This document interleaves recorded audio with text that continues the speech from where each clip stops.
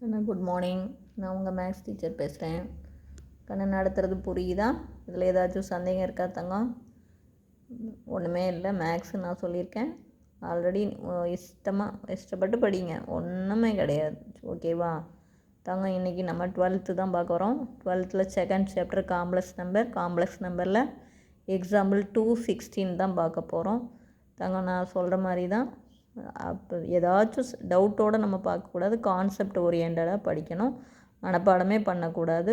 எத்தனை கான்செப்ட், என்ன கான்செப்ட், இந்த கணக்கில் என்ன கான்செப்ட், அதை புரிஞ்சுக்கிட்டு படிக்கணும். சரி, இப்போ பாருங்கள். எக்ஸாம்பிள் 216 என்ன கொடுத்துருக்காங்க? So that the equation z² = z bar has 4 solution. இந்த ஈக்குவேஷனுக்கு 4 சொல்யூஷன் இருக்குது. இதுவும் ரொம்ப முக்கியமான கணக்கு அப்படின்னு நம்ம ப்ரூவ் பண்ணணும். இப்போ நமக்கு கொடுத்துருக்கிறது பாருங்கள். சொல்யூஷனில் z² = z bar. ஓகேவா? Just modulus, both side modulus எடுக்கிறேன். அப்போ இங்கே மால்லஸ் ஆஃப் z², இங்கே மால்லஸ் ஆஃப் z bar. மால்லஸ்குள்ளே z bar இருந்தால் அதை நம்ம மால்லஸ் ஆஃப் zன்னு எழுதலாம். மால்லஸ் இருக்கும்போது பார் வேணும்னா போடலாம், வேண்டாம்னா நீக்கலாம். அப்போ மால்லஸ் ஆஃப் z பாரோடைய ஆன்சரும் மால்லஸ் ஆஃப் z ஆன்சரும் ஒன்று தான். அதனால் நம்ம என்ன பண்ணலாம், அதை மால்லஸ் ஆஃப் zன்னே போட்டுக்கலாம். அடுத்தது இந்த மால்லஸ் ஆஃப் z இந்தாண்ட போச்சுன்னா மைனஸ் மால்லஸ் ஆஃப் z. இதுக்குள்ளேருந்து காமனாக மால்லஸ் ஆஃப் zட்டை வெளியில் எடுத்துருங்க. அப்போ இதில் ஒரு மால்லஸ் ஆஃப் z இருக்கும், மைனஸ் இந்த இடத்துல 1. ஏன்னா மால்லஸ் ஆஃப் zட்டை வெளியில் எடுத்துட்டோம் இல்லையா? இப்போ இந்த இடத்துல 1 தான் இருக்கும். =0. அப்போ 1 மால்லஸ் ஆஃப் z = 0 அல்லது மால்லஸ் ஆஃப் z = இந்த -1 அந்தாண்ட போச்சுன்னா +1. அதாவது இது ஒரு சொல்யூஷன். மால்லஸ் ஆஃப் z = 0ங்கிறது ஒன்று மால்லஸ் ஆஃப் z = 0ன்னு வரும், அல்லது மால்லஸ் ஆஃப் z = -1 அந்தாண்ட போகும்போது +1ன்னு வரும். ஓகேவா? அப்போ ஆல்ரெடி நம்ம இங்கே ஒரு சொல்யூஷன் கண்டுபிடிச்சிட்டோம். இப்போ இதுக்கு வாங்க. இப்போ மால்லஸ் ஆஃப் z = 1. அப்போ மால்லஸ் ஆஃப் z = 1 அப்படின்னா போத் சைடு ஸ்கொயர் பண்ணுங்கள்.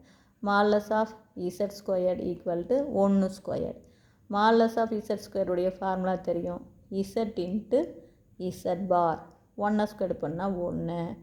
இதிலிருந்து z பார் = மல்டிப்ளாக இருக்கிற z இந்தாண்ட வந்தால் டிவைட். அப்போ 1/z. ஓகேவா? இப்போ நம்ம கணக்குக்கு வந்துடுங்க. ஈவன் என்ன கணக்கு கொடுத்துருக்காங்க? z² = z பார். அப்போ நீ கண்டுபிடிச்ச z பார் 1/z இல்லையா? அதை கொண்டாந்து இங்கே பிரதியிடு. அப்போ z² = 1/z. எகைன் இங்கே டிவைடாக இருக்கிற z இந்தாண்ட போச்சுன்னா மல்டிபிள். அப்போ இது z² போய் பெருக்கும்போது z³ = 1ன்னு வந்துடும். அப்போ z³ = 1 அப்படின்னா டெஃபினட்டாக இதுக்கு எத்தனை சொல்யூஷன் இருக்கும்? 3 சொல்யூஷன். பவர் 3 இருக்கு இல்லையா? அதனால் கண்டிப்பாக 3 சொல்யூஷன் வரும். அப்போ இதுக்கு ஒரு 3 solution. Already modulus of z = 0ன்னு போட்டது ஒரு சொல்யூஷன். புரிஞ்சுதா? மால்லஸ் ஆஃப் z = 0னா z = 0. இந்த இடத்துல நல்லா பார்த்துக்குங்க. இதே என்னடா ஒன்று எப்படிடா அப்படின்னு கேட்டாத, z கண்டிப்பாக என்னவாக தான் இருக்கும்? 0வாக தான் இருக்கும். அப்போ இது ஒரு சொல்யூஷன். z = 0 அப்படிங்கிறது நமக்கு ஒரு சொல்யூஷன் வந்துடுச்சு. z³ = 1 அப்படிங்கும்போது இதில் ஒரு 3 சொல்யூஷன், இதில் ஒரு சொல்யூஷன். அப்போ மொத்தமாக hence total number of solution is 4. It has 4 solution. புரியுதா தங்கம்? இதில் ஏதாச்சும் சந்தேகமாக இருந்தால் கேளுங்க. தேங்க்யூ.